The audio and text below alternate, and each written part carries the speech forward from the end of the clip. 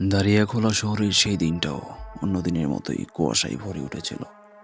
সকাল নয়, দুপুর নয়, এখানে দিন রাতের আলাদা কোনো চেহারা নেই।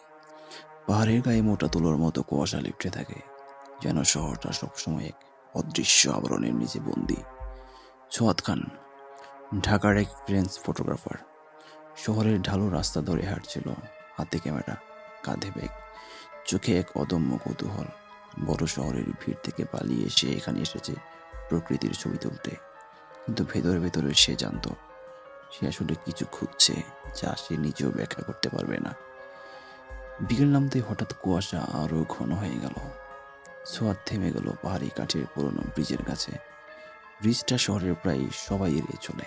বলা হয় বহু বছর আগে এখানে নাকি এক মেয়ে সানজিদা ঝাঁপ দিয়ে আত্মহত্যা করেছিল, কিন্তু তার দেহ আর কখনো পাওয়া যায়নি।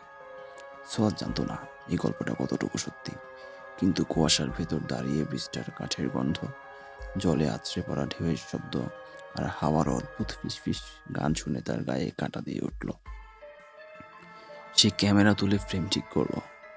ভিউ ফাইন্ডারের ভেতর কুয়াশা ধীরে ধীরে ছড়িয়ে পড়ছে, আর ঠিক সেই সময় একটা ছায়া, না ঠিক ছায়া নয়, একজন মেয়ে, লম্বা কালো চুল, ফিকে সাদা দাড়ি, ঠোঁটে হালকা হাসি, সে ব্রিজের মাঝখানে দাঁড়িয়ে ছোঁয়াদের দিকে তাকিয়ে আছে।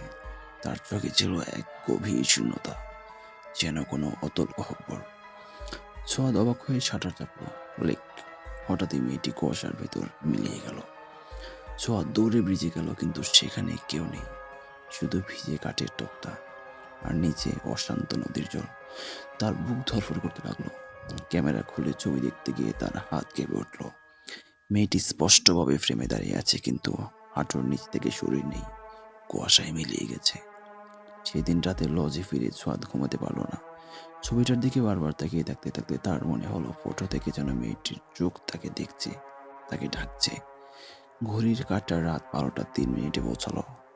হঠাৎ জানলার বাইরে থেকে ভেসে এলো এক মিষ্টি কিন্তু শিরশিরে কণ্ঠ।